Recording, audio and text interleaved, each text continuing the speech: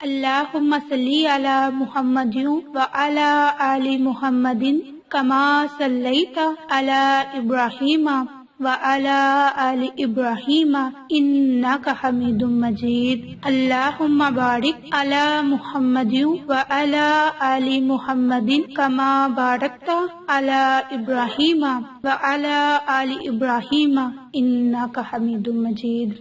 اللہم صلی علی محمد وعلی آل محمد کما صلیت علی ابراہیم وعلی آل ابراہیم انک حمید مجید۔ اللہم بارک علی محمد وعلی آل محمد کما بارکت علی ابراہیم وعلی آل ابراہیم انک حمید مجید۔ اعوذ باللہ من الشیطان الرجیم، بسم اللہ الرحمن الرحیم۔ عائشہ اسلامک ہسٹری کی پیاری بہنوں اور بھائیوں، السلام علیکم ورحمۃ اللہ وبرکاتہ۔ آج کے اس ویڈیو میں آپ کو سب سے پہلے رمضان المبارک آنے کی خوش آمدید کہتی ہوں۔ یہ مبارک مہینہ آپ سب کو مبارک ہو، اور آج کے اس ویڈیو میں آپ کے ساتھ رمضان المبارک کی تیاری کیسے کرنی چاہیے، تو شعبان کے مہینے سے ہی رمضان المبارک کی تیاری شروع کر دیں، جیسا کہ چند ہی دنوں بعد رمضان المبارک کی تیاری شروع ہو جائے گی۔ رمضان المبارک جلد ہی ہم پر سایہ فگن ہونے والا ہے۔ یقیناً ہمارے دل میں اس ماہ کی بڑی ہی قدر ہے، لیکن کیا ہم اس کی تیاری کرتے ہیں؟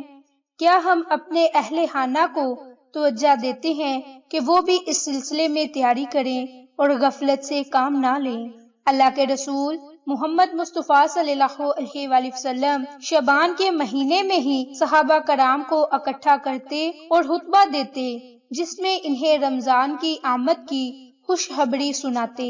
رمضان کی فضیلت اور اہمیت کے پیش نظر اس کی تیاری کے سلسلے میں توجہ دیتے۔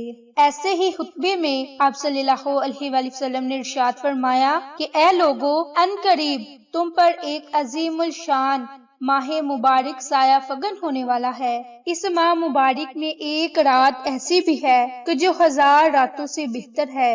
اللہ تعالیٰ نے اس ماہ کے روزے فرض کیے، اس کے قیام کو اپنی خوشنودی کا ذریعہ قرار دیا۔ تو جس شخص نے اس ماہ میں ایک چھوٹا سا خیر کا کام انجام دیا، اس نے دیگر ماہ کے فرائض کے برابر نیکی حاصل کر لی۔ یہ صبر اور ہمدردی کا مہینہ ہے۔ یہ وہ مبارک مہینہ ہے کہ جس میں اللہ تعالیٰ اپنے بندوں کے رزق میں اضافہ فرماتا ہے۔ اس ماہ مبارک میں جس نے کسی روزے دار کو افطار کرایا، روزے دار کے روزے میں کمی کے بغیر اس نے روزے دار کے برابر ثواب حاصل کیا اور خود کو جہنم سے بچا لیا۔ صحابہ کرام نے عرض کیا کہ اللہ کے رسول صلی اللہ علیہ وآلہ وسلم، ہم میں سے ہر شخص تو روزے دار کو افطار کرانے کی استطاعت نہیں رکھتا۔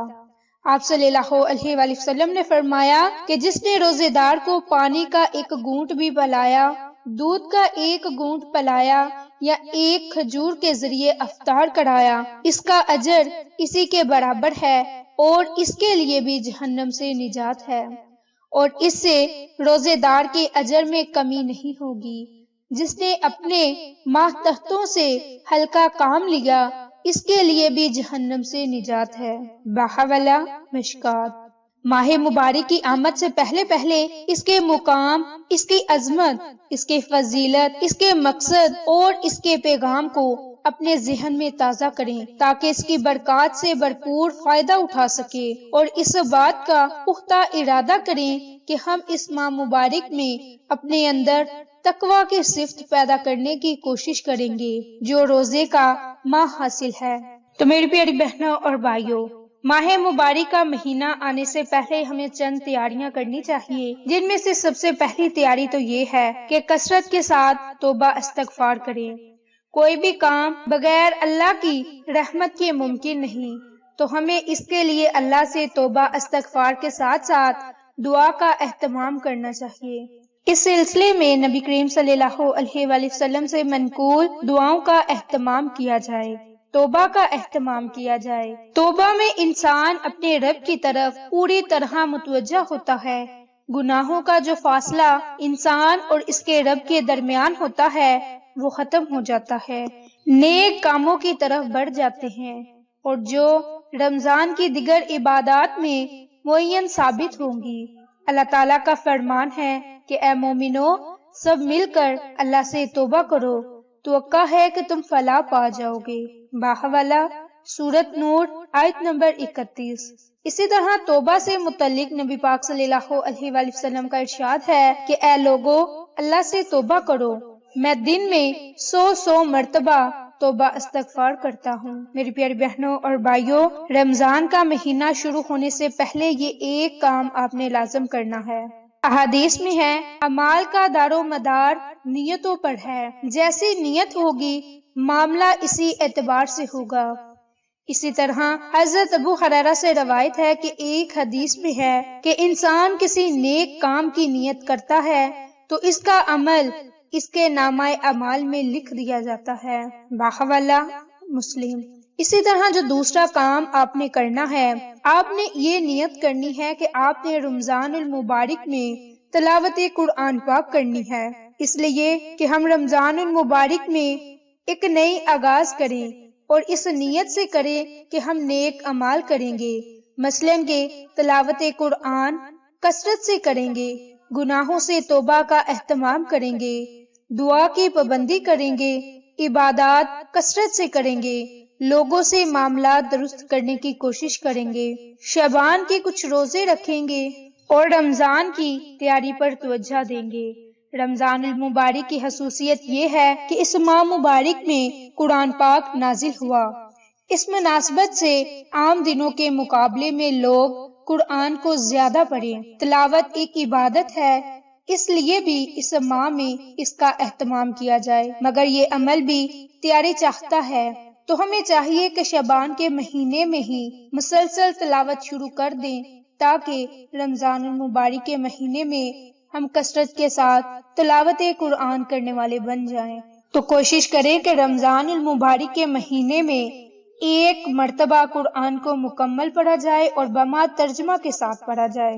اللہ کا فرمان ہے کہ ماہ رمضان میں قرآن کریم کا نزول ہوا جو تمام انسانوں کے لیے ہدایت ہے۔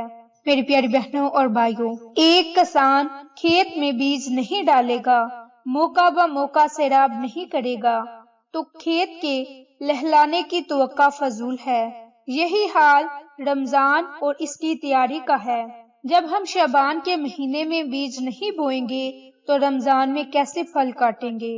شعبان میں ہم سیراب نہیں کریں گے تو رمضان میں اپنے اعمال کی کھیتی کیسے کاٹیں گے؟ اسی طرح تیسرا کام کہ فجر سے پہلے تہجد کا اہتمام۔ اللہ تعالیٰ کا فرمان ہے، وہ جو مطیع فرما بردار ہے رات کی پہر میں سجدہ اور قیام کی حالت میں ہوتا ہے اور اپنے رب سے رحمت کی امید لگاتا ہے۔ باحوالہ سورۃ زمر۔ اسی طرح سحری کا اہتمام کرنا، دعا اور ذکر کو اپنے اوپر لازم کر لینا، فجر کے بعد طلوع سورج تک ذکر اور تلاوت قرآن کے لیے مسجد میں قیام لازم پکڑیں۔ نبی پاک صلی اللہ علیہ وآلہ وسلم نے فرمایا کہ فجر کی نماز کے بعد طلوع سورج تک اپنے مصلی پر بیٹھے رہتے تھے۔ باحوالہ مسلم۔ ایک اور جگہ ارشاد فرمایا، فجر کی نماز کے بعد طلوع سورج تک اللہ کا ذکر کرتے رہے، پھر 2 رکعت نماز ادا کی اور اس کا اجر ایک مکمل حج اور عمرہ کی مانند ہے۔ باحوالہ ترمذی۔ ظہر کی نماز کی تیاری کریں، فراغت کے بعد بدن کو تھوڑی راحت دیں۔ تو میری پیاری بہنوں اور بھائیوں، یہ تھے وہ 3 کام جو کہ آپ نے ماہ شعبان ختم ہونے سے پہلے اور رمضان کا مہینہ شروع ہونے سے پہلے آپ نے یہ 3 کام لازم کرنے ہیں۔ پہلا کام توبہ استغفار، دوسرا کام تلاوت قرآن اور تیسرا کام رمضان میں کثرت کے ساتھ عبادت کا اہتمام، دعا اور ذکر کرنا اور اپنے معاملات کو دوسروں کے ساتھ درست کرنا۔